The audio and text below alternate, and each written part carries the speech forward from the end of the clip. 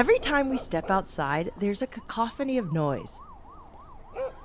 If you're in the city, you'll probably hear cars, sirens, and dogs barking.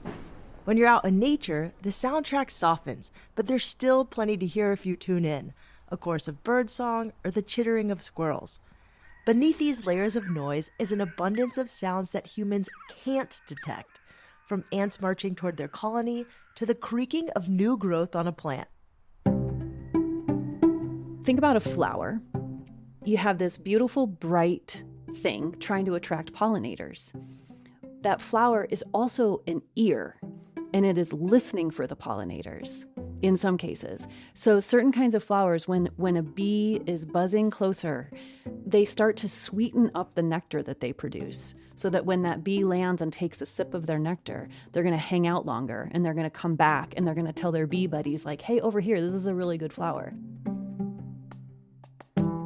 Award-winning journalist Amy Martin is obsessed with nature soundtrack.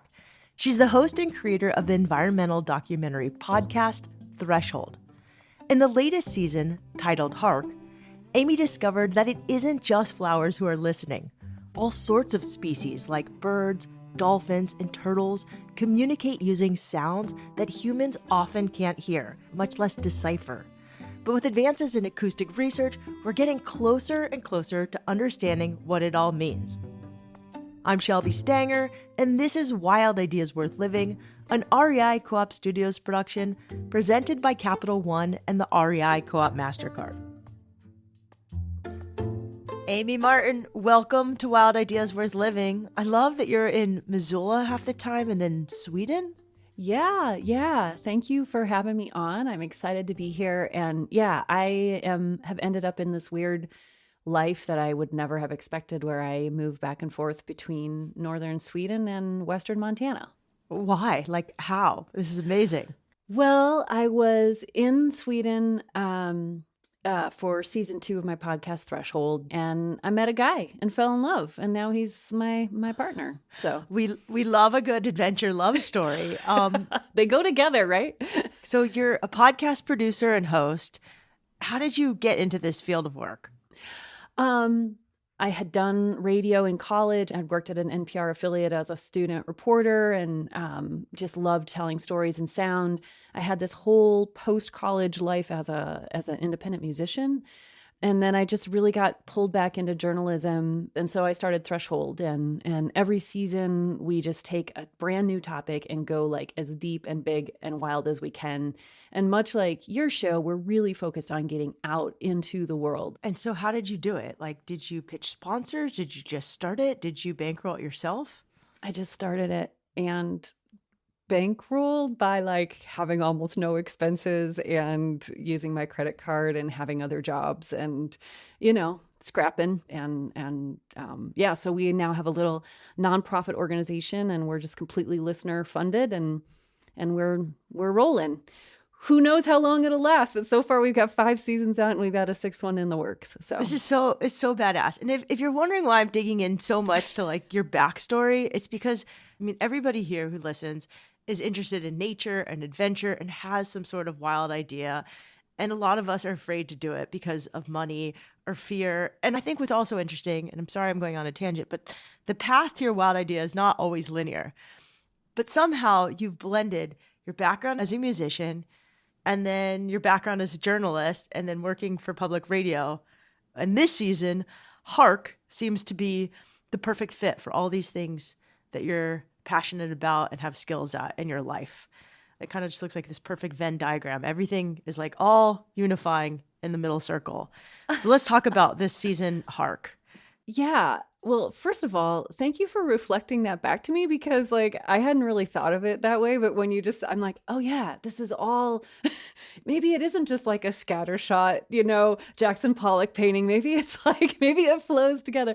I will say that, there's something about, so this season Hark is all about putting the non-human voices behind the microphone.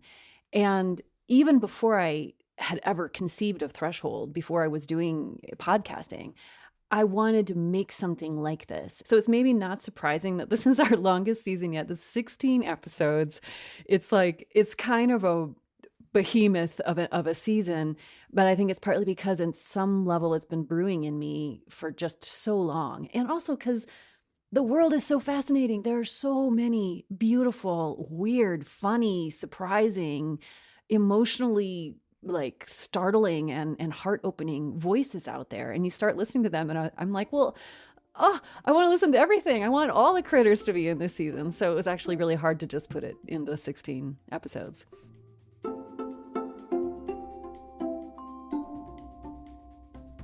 Amy and her team travel around the world to talk to researchers, professors, and other experts about the sounds of nature. Each episode of this season walks through the evolution of life, starting with microbes, then fish, and moving on to birds, plants, elephants, dolphins, and more. It turns out there's an entire field dedicated to studying the sound of living things. It's called bioacoustics. For Amy, discovering bioacoustics opened up a new way of experiencing the natural world, and it became the foundation for this season of her podcast.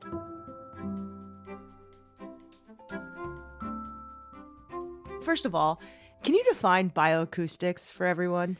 Yeah, so bioacoustics is essentially just listening to life. Bio being life, acoustics being sound. That's the simplest, kind of broadest way of thinking about it. Some people also call it acoustic ecology. They're ecoacoustics. But it's basically using sound to understand another form of life or a place. One of the really cool things in Australia was this thing called the Australian Acoustic Observatory, where they have, I think it's 300 some listening stations set up in wild places all across that gorgeous, crazy, cool country. And they're just going to have all this data to try to understand the place as a whole, the birds and the bugs and the changes in the weather and how much people are interacting and all these different things. So that can be bioacoustics, listening to a whole place. Or it can be somebody who's like, I want to decode dolphin communication. Or I talked to a woman whose focus is naked mole rats, which like super weird little underground rodents. And they have these beautiful bird-like voices and they're talking all the time. Why? What are they saying? It's just like everywhere we listen, there's a new mystery to discover. Okay, I want to hear all about which critters are in this season, because in the trailer, there's like sea otters, there's whales clicking, there's dolphins talking. I mean, I want to know exactly what the dolphins are saying when I'm out surfing. Yeah, did you hear them a lot? I just went out this morning right before our little conversation and almost didn't make it on time because, I was so inspired by your trailer that I had to go out and see if I heard dolphins. I mean, I see them all the time. I didn't see them this morning. I stepped on a fish, though. It was exciting. I wanted to know what it thought when I stepped on it. It squirmed underneath me, and I was just really happy it wasn't a stingray. But I digress. Okay, so what critters are in this season? Like, give me a couple of examples. Well, fish. Actually, that's the whole second episode. And they talk and they sing and they make choruses. And I didn't grow up near the ocean, so maybe everybody else knows this, but I was completely shocked. I'm like, oh my gosh, fish have so many sounds. Sound is really, really important to them, as it is for almost anything that lives in the water, because it's really hard to see underwater. But sound travels, I think it's 4 times as fast in water as it does in air, and it persists for much longer. So yeah, some groups of fish in the deep ocean come together, thousands of fish, and make these choruses that are louder than rock concerts. They're just like belting it out together. Can we listen to those fish? Yes, we can.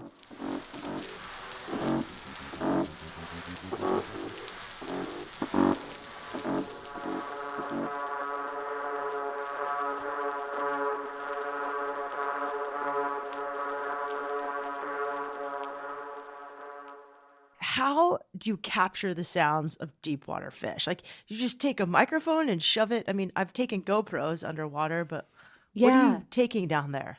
Well, the scientists who are really doing this work, there's a couple of different ways that they're capturing fish sounds, but they all are based around hydrophones, which is just a fancy word for a microphone that you can put into the water. But there are increasingly these super cool underwater listening stations that are permanent, where they put them on the seafloor, obviously not in the deep, deep, deep, but try to position them in places that are away from shipping lanes and things. And you can, with the advances in technology and the ability to record for long, long periods of time in, the data capacity that we have now, they can just leave them running, all night, all day for months. And they're discovering all kinds of things like these fish choruses. People knew there were fish choruses, but only in like the last 10 years are we understanding they're happening way more than we thought, way more kinds of species. In a lot of cases, they're still trying to figure out like, why? Why are they doing this? Are they doing it just, is it like mating? Is it territory? Are they just like having a party? There's so many things we don't know about what's happening in the ocean. So what did you learn about the fish? Let's see. I'm trying to think of one of the fun little tidbits I learned. Kind of like wolves or coyotes, some fish also seem to chorus more in relation to the moon because, of course, the light of the moon affects them when they're in the ocean as well.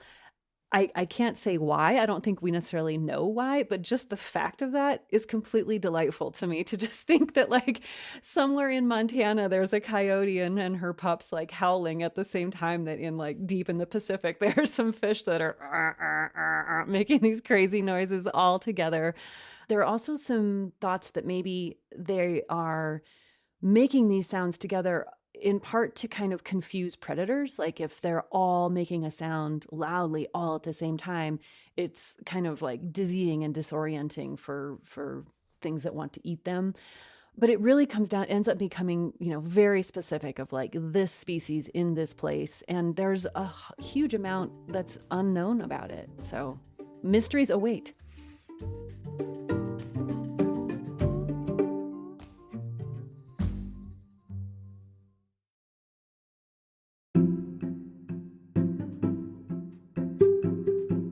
For the most recent season of her podcast, Threshold, audio journalist Amy Martin investigated the sound of non-human voices on our planet. It took her team 2 years to make the 16-episode season titled Hark. Amy traveled to Australia, Kenya, Europe, and she even did some reporting in her home state of Montana.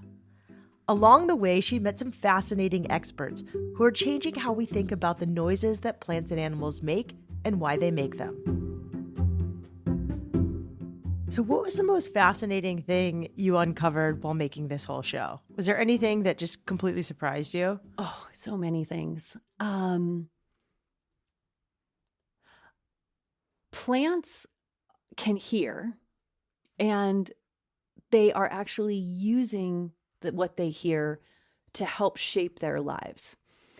And it feels like dangerous ground because it feels like it can very quickly stray into the woo-woo. But there's actual science that has been done and is emerging that is just utterly fascinating to me. So think about a flower. You have this beautiful, bright thing produced by the plant, and it smells good because it's trying to attract pollinators. But what some scientists that I talk to have discovered is they're not only using those colors to attract pollinators, that flower is also an ear, and it is listening for the pollinators in some cases. So certain kinds of flowers, when a bee is buzzing closer, they start to sweeten up the nectar that they produce so that when that bee lands and takes a sip of their nectar, they're going to hang out longer and they're going to come back and they're going to tell their bee buddies like, hey, over here, this is a really good flower. And that to me is mind-blowing because we make this division in Western science and in Western culture of like, there's plants and there's animals, and never the twain shall meet. And plants we think of as these kind of inert, objects more. But here we've got examples of plants that are using sound to change their own chemistry to help them reproduce, to help themselves survive. And I just love that. It's like so many things are listening in ways that we would never understand or never expect, I should say. Another example going completely at the other end of the spectrum, elephants, who we all love and they're beautiful. And of course they can hear, we got giant ears and all. So in some ways they're so much more relatable. They're mammals. They take care of their young. They can hear through their feet. They have these big pads on the bottom of their feet that are picking up vibrations from the soil. So an elephant moving across a savanna can be 2 or 3 kilometers from another elephant and send out a signal. And that, its buddy can be like, oh, okay, water hole this way. And they're walking off together without being able to see each other, making sounds that we can't hear that are traveling through the ground. So even with animals like that are so much more relatable, I think one of the things I just love about this is like it's so humbling. Like, don't make assumptions. Yes, that animal is making sounds in ways that we can relate to. It's also making them and receiving them in ways that we would never expect. And it's just beautiful to me. Do you have a favorite animal sound, or maybe like a top 3? Okay, the first one that comes to mind, I didn't hear in the wild, but I've heard recordings. A bearded seal making its mating sound is one of the coolest things you've ever heard. We can play it.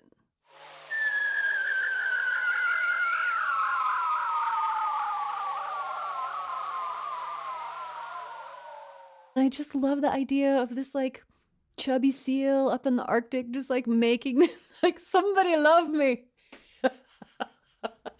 That is a very cool sound. Another really cool sound, this is a super weird one. There are these little bugs, they're called tree hoppers, and they're teeny tiny, and they stand on like plant stems, and they shake their abdomen against the plant stem. And if you and I are standing right next to them, we wouldn't hear a thing. But if you attach a microphone onto the plant so that it's actually capturing the vibrations in the plant, it is so loud and weird.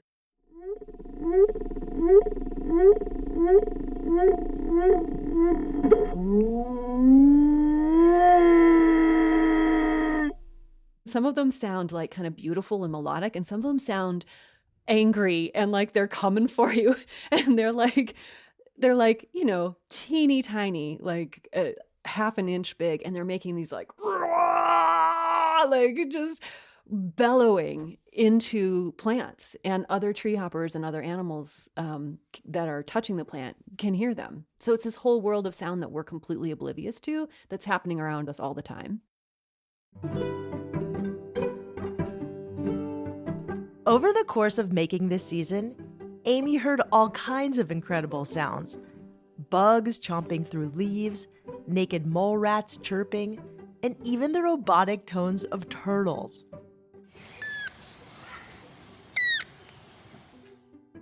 But what do these noises actually mean? That's where technology comes in. The field of bioacoustics is advancing rapidly, and during production, Amy met many researchers who are recording vast amounts of audio data and then using AI to analyze it all. Tell me about the people you met while you were making this season. Yeah. One person who is just absolutely fascinating and so inspiring is Joyce Poole. She is probably the preeminent elephant listener on the planet right now. And she grew up partly in Kenya. Her organization is called Elephant Voices, and she has just decades and decades of data of elephants, mostly in Kenya, but other African countries too, and has made all kinds of fascinating discoveries about what their different sounds mean. So that's one scientist who comes to mind who I would just highly, just go to Elephant Voices website and look through some of her videos and watch these amazing beings interacting. When she started out, they were taking enormous heavy recorders out into the field that were recording onto tape, and big expensive microphones that you probably had to get some big fancy grant to buy this thousands of dollar microphone, and then taking these heavy tapes and going back, and she would make notes like physical notes and go back and listen to the recording and be like, okay, at minute, 90 point blah, blah, blah, so-and-so turned their trunk this way, and this is the sound that went with it. And so I'm guessing, we get enough of these data points that when they make this sound with this motion, it means this kind of thing. And that idea you can transpose across basically all of the different species. This is how it was done. But, over the course of her lifetime, that morphed into, lighter microphones and lighter tape and not tape and digital recorders that, wow, we can record for a whole hour, And now it's like, we can record all day long, as much data as you could possibly ask for. And so one of the things that was really interesting to talk with her about, and she showed me, just the unbelievable amount of digital files she has. This is kind of where AI comes in, because she and an army of people could spend the rest of their lives listening through everything that she's recorded, and they would never get through it all.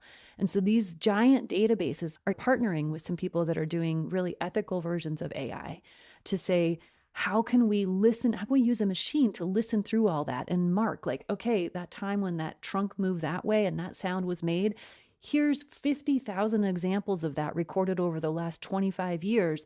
Now we've got some really powerful data that can start to tell us what that sound might mean.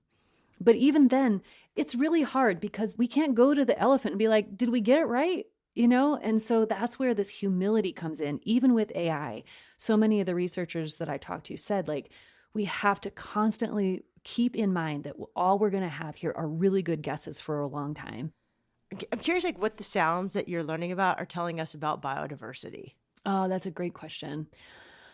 And unfortunately, a lot of what the sounds are telling us about biodiversity is that biodiversity is decreasing, which is not going to shock anybody who listens to your show. But it's a way that we can actually track what is happening in a landscape. And this is a really important piece of it. When we start to do some conservation measures, we can see whether or not it's working. One of the super cool examples of this is actually back to coral reefs. The sound of a healthy coral reef, and you know this, I'm sure, is loud and dynamic and bubbly. There's fish talking, there's shrimp snapping, there's a million different sounds happening. And a degraded reef, one that has maybe gone through a couple of bleaching events, is much, much quieter. And a dead reef is essentially silent. And you can hear that, you can track that, and scientists are tracking that. So it's a way of being able to know what level of biodiversity impact is a certain area having.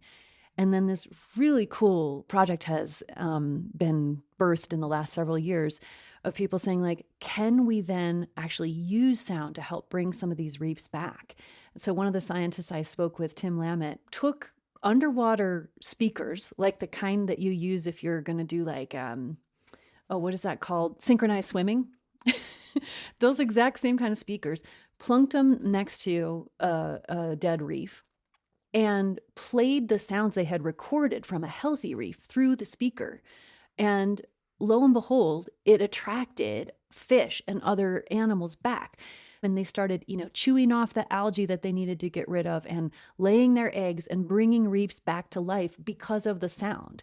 So it kind of told them, like, hey, party's happening over here on this reef. Let's go join it.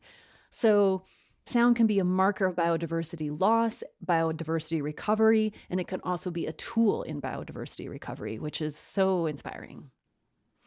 That is so cool. That's just like if you listen to positive self-talk, you're going to have a more yes, exactly, positive life. It's like a self-help for fish. And if you wake up and look at the doom and gloom of Instagram, your day is probably going to suck. Yeah. What we listen to, what we take in really matters. It really affects us. Yeah.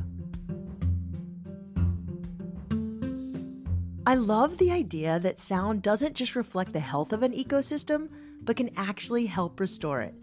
It makes you think twice about what we're listening to in our own day-to-day lives, what we're turning up or tuning out. The science that Amy explored in this season suggests we might be on the verge of understanding a whole lot more of what animals are saying. In fact, she told me she thinks we're probably not far from having an app that can decode our dog's barking. In making this show, Amy learned that there are countless ways that plants and animals communicate, which humans cannot detect. When she released this season, she hoped that her audience would be as interested in radical listening as she was. Did you have any challenges in making this show? I would say one of the challenges that I think it's an interesting and a good challenge to take on is just my own questions about, can I hope an audience will listen to episode after episode where humans are not the center of the story? Because, as a storyteller, that like what people want to know is, who are you? Why are you doing the things you did? Where are the conflict points? How did you overcome adversity? All these things. And how does it relate to me? How does it relate to me? Yeah.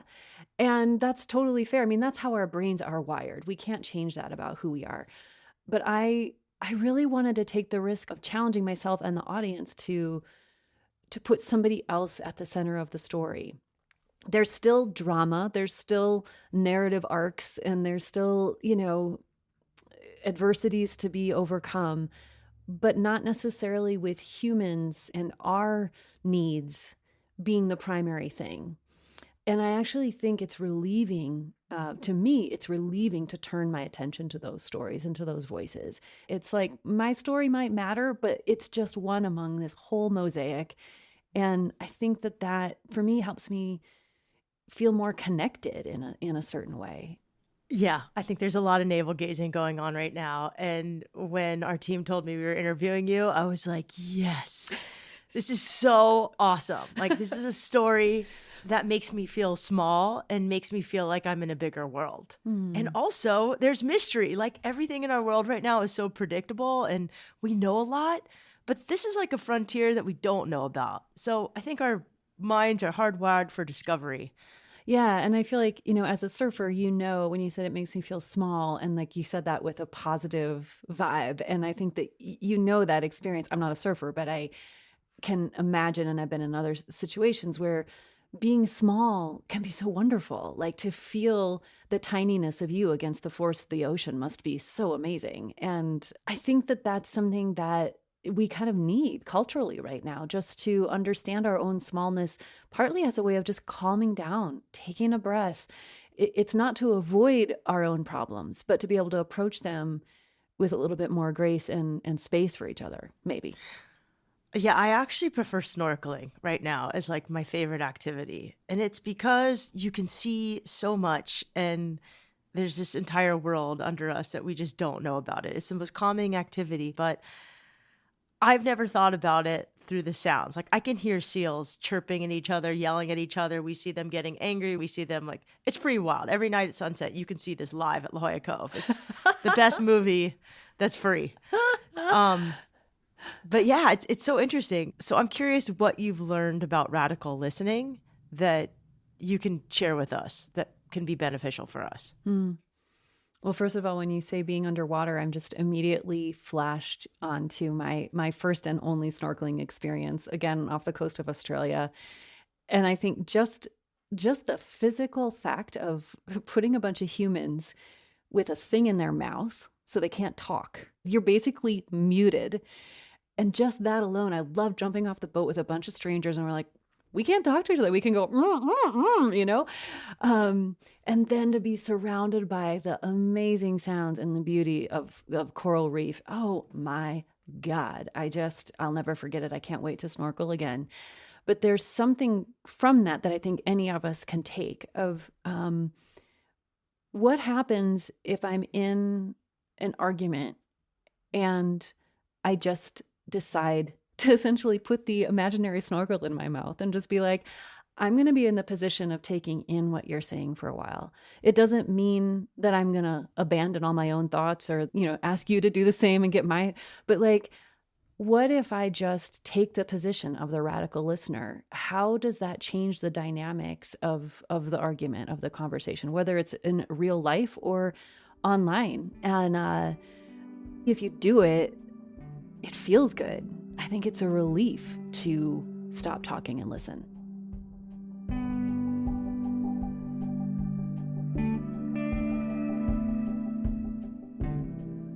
It's fascinating that nature speaks and listens in ways we're just beginning to understand.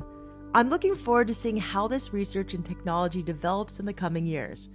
You can find Hark, the most recent season of Threshold, wherever you listen to podcasts, and you can learn more on their website, thresholdpodcast.org, or on Instagram @thresholdpodcast. You can also find Amy online at amymartin.com. That's AMYMARTIN.com.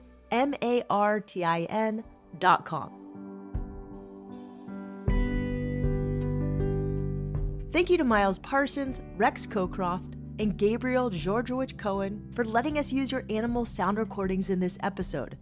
Wild Ideas Worth Living is part of the REI Podcast Network. It's hosted by me, Shelby Stanger, produced by Annie Fassler, Sylvia Thomas, and Sam Piers-Nitzberg of Puddle Creative. Our senior producer is Jenny Barber. Our executive producers are Paolo Motola and Joe Crosby. Thanks again to our partner, Capital One and the REI Co-op MasterCard. As always, we love it when you follow the show, take time to rate it, and write a review wherever you listen. And remember, some of the best adventures happen when you follow your wildest ideas.